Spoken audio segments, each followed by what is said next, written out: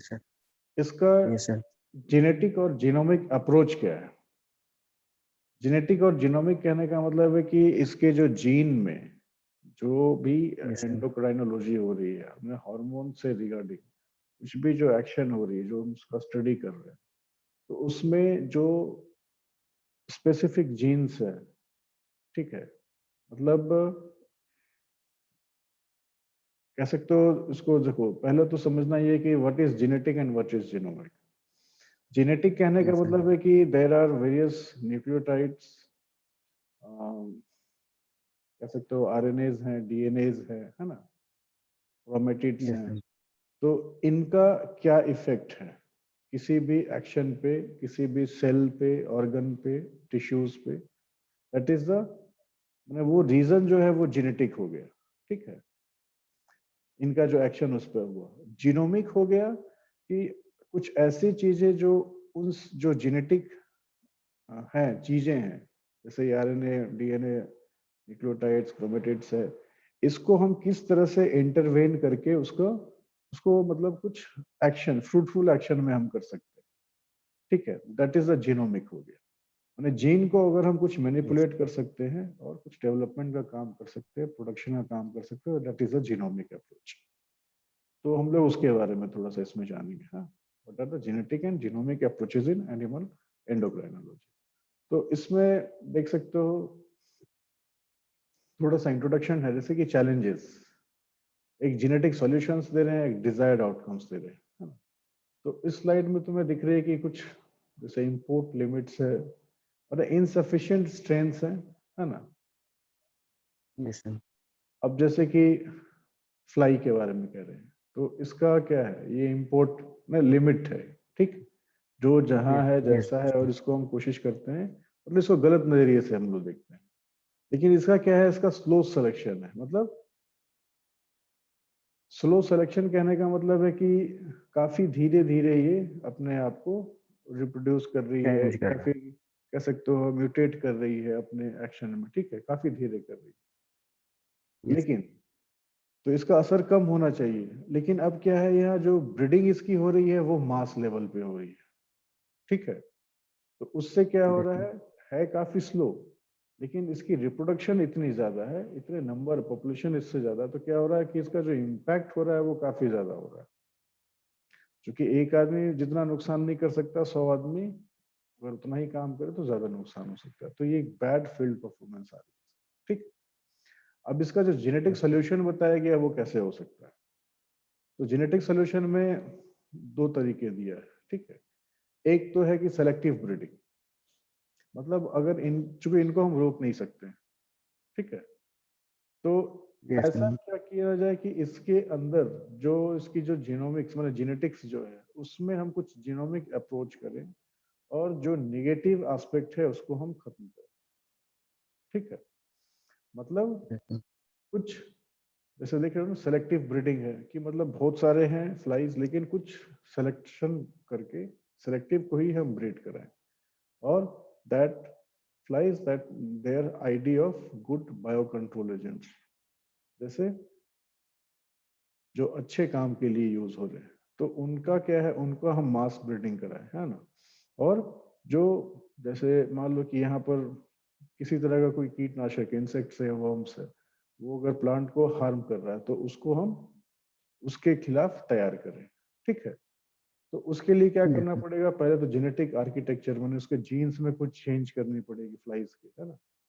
जो अच्छे वाले हैं उसमें भी जो अच्छी चीजें हैं उसको ज्यादा एक्सपोज करें, उसकी कैसे मॉडलिंग होगी, क्या कौन सा ट्रेट को ऐड करे या फिर निगेटिव कर दे तो वो अच्छा वर्क करे, उसको देखना है। उसको कुछ प्रोबायोटिक्स दे, मतलब उसकी कुछ फीडिंग इस टाइप का करे, उसको कुछ न्यूट्रिएंट्स ऐसा डाले, कुछ अमाइनो एसिड्स ऐसा उसमें इनकल्केट करे जो उससे वो जो उसकी पोजिशनिंग है वो अच्छी हो जाए, ठीक है। मैंने उससे कुछ हम वर्कआउट करें, फिर उसको एक मार्कर असिस्ट टाइप का फील्ड मॉनिटर करें, मैंने एक एग्जाम्पल ही, ठीक है, एग्जाम्पल मिले, डेमोन्स्ट्रेशन करके देखें कैसा काम कर रहा है। तो ये जब जेनेटिक सोल्यूशन करते हैं हम लोग, तो क्या होता है, डिजायर्ड आउटकम क्या मिलता है कि जो स्ट्रेन था वो काफी इंप्रूव हो गया। जब जीनोमिक अप्रोच किया हमने तो उसके जेनेटिक कैरेक्टर्स में इम्प्रूव किया, जिसके कारण वो अच्छे क्वालिटी का हो गया, मतलब जिससे हम कुछ यूजफुलनेस ले सकते हैं। फिर उसकी हमने मास ब्रीडिंग कराई, ठीक है। और उस मास Yes, sir. ब्रीडिंग के कारण क्या है, जब उसको हम फिर फील्ड में छोड़ेंगे तो क्या होगा, जितने भी मतलब जो बैड इंसेक्ट्स है या Progeny. हैं, उनको वो खत्म करेगा और परफॉर्मेंस जो है वो बढ़िया रखेगा, ठीक है। Better. तो Yes, sir. ये एक चीज है, चैलेंजेस क्या है हमारे पास, उसकी जेनेटिक सॉल्यूशंस क्या है, और what will be the desired outcome after taking these things in ground, ठीक है। अब यहाँ पर Yes, देख sir. सकते हो एक एक्सटर्नल और इंटरनल स्टिमुलाई, मतलब ये एंडोक्राइन ऑर्गन पे अफेक्ट करेगा, क्योंकि हार्मोनल से Yes, हमने sir. रिगार्डिंग है। अब जो हार्मोन निकल रहे हैं उसके साथ कुछ बाइंडिंग प्रोटीन्स होते हैं, जिसके साथ मिलकर ही वो किसी काम को कर पाता है, ठीक है। मतलब कोई भी हार्मोन अगर काम कर रहा है तो उसके लिए कुछ उसके रिसेप्टर्स चाहिए होते हैं, जो उसको बाइंड करते हैं प्रोटीन के साथ और एक्ट करते हैं। तो अब जैसे एक रिसेप्टर जा रहा है ऐसे, ठीक है, तो क्या कर रहा है, ये Yes, sir. इंटरसेलुलर सिग्नलिंग और ट्रांसक्रिप्शन कर रहा है। उन्हें 4 तरह का टिश्यू लिया, इफेक्ट हम देख रहे हैं अलग अलग। तो अब ऐसे समझो कि जैसे ट्रांसक्रिप्शन हो रही है तो सिर्फ मतलब हार्मोन्स के, ठीक है, ये रिसेप्टर बना हुआ है या हार्मोन आ रहा है, तो एक हार्मोन आएगा तो इंटरसेलुलर सिग्नलिंग जो मिलेगी या ट्रांसक्रिप्शन जो होगी वो थोड़ी होगी। लेकिन अगर हम ऐसा कर दे कि जो बाइंडिंग प्रोटीन है, ठीक है, रिसेप्टर्स को अगर हम ज्यादा लगा दे, मिला दे, तो क्या होगा, मान लो कि जैसे ना नंबर बढ़ गया रिसेप्टर्स का, तो इसका जो एक्शन होगा ऑब्वियसली इससे ज्यादा होगा, ज़्यादा हो. ठीक है। Yes, sir. लेकिन क्या है, अब Yes, हमें sir. 3 बनानी पड़ रही है।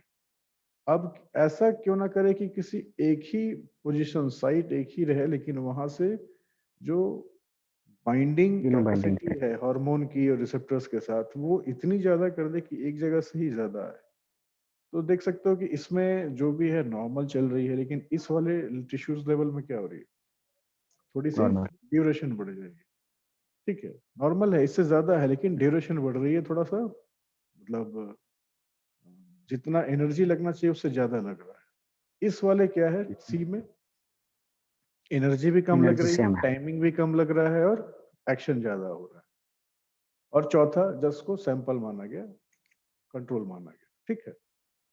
तो Yes, sir. इसमें बेटर कौन है, सी अगर है. कुछ सी है ना, लोकल कन्वर्टिंग एंजाइम कुछ मिला दे तो ये एक्शन ज्यादा करेगा, कम टाइम में इफेक्टिव होगा, है ना। Yes. इस Yes, sir. तरह की चीजों को हम कहते हैं जीनोमिक अप्रोच, ठीक है। क्लियर है ये चीज। Yes. Yes, sir. अब इसको ग्लांस में समझो ऐसा कि genetics that involves in the study of specific and limited number of genes, ठीक है। और कह Yes. सकते हो कुछ some parts of genes that have a known function, जिसके बारे में हम अच्छे से जानते हैं कि इसका फंक्शन क्या है, उसके बारे में, ठीक है। तो इस कैटेगरी में क्या होगा, we try to understand how genes guide the body's development, it cause disease or affect response to drugs। मतलब किसी भी जब जेनेटिक स्टडी करते हैं तो हम अपने स्पेसिफिक नॉलेज के लिए करते हैं, ठीक है, कि किसी एक जो पार्ट है उसमें Yes. कैसे चेंज करके उसको हम डेवलपमेंट फॉर्म में ला सकते हैं, जो डिजीज कॉजिंग चीजें हैं उसको खत्म करे, जो अच्छी चीजें हैं उसको ज्यादा कर सके, ठीक है। तो that is the genetics. Yes. Genomics हो गया, that is the study of the entirety of an organism genes. क्योंकि जीन्स जो है ये स्पेसिफिक जीन्स के लिए, या फिर जेनेटिक्स जो है स्पेसिफिक जीन्स या पार्ट ऑफ जीन्स के लिए, लेकिन जीनोमिक्स जो हो गया that is the whole organism's gene, ठीक है, सारे जीन्स के लिए, that is called the genome. Basic difference समझ में आ गई। Yes, sir. So using high performance computing and math technique known as bioinformatics, genomic researchers analyze enormous amounts of DNA sequence data to find variations that affect health, disease और drug response। क्योंकि genetic study करके हम सिर्फ एक specific jeans का या फिर specific gene के एक पार्ट्स को ही समझ सकते हैं, और ऐसे चीज जिसको ऑलरेडी हम जान रहे हैं, ठीक है, तो उसमें थोड़ा बहुत मैनिपुलेशन कर सकते हैं।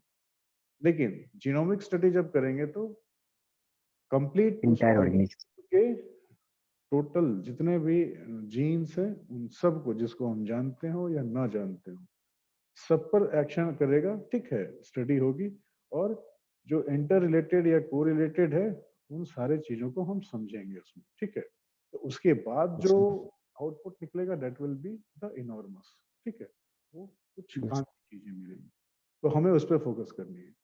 तो वही जीन से जीनोम्स पे आनी है, ठीक है। yes इसको ऐसे समझ सकते हो सेलेक्टेड फिनोटाइप है, ठीक है, दो तरह के।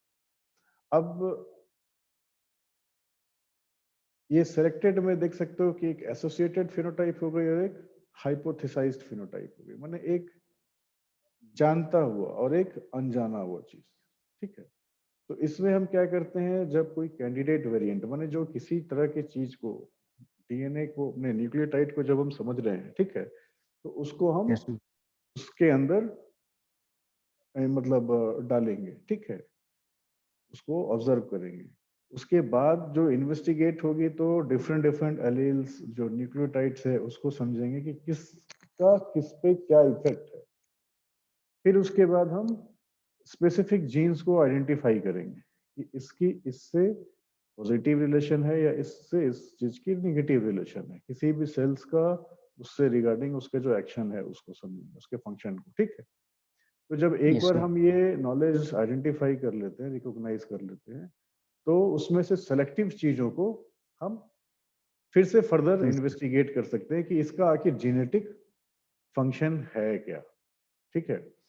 और जब yes एक हम सैंपल एक्सपेरिमेंट करते हैं माइस के साथ, तो क्या देखते हैं कि किस चीजों के बारे में हमें जानकारी है और किस चीजों के बारे में हमारी हाइपोथेसिस है कि हाँ ये हो सकता है, और ये है कि ये होता ही है, ठीक है। तो दोनों चीज को फिर yes हम कोरिलेट कर सकते हैं और उसको ज्यादा समझ सकते हैं, क्योंकि मार्कर जो है हमारे पास ज्यादा हो गई है।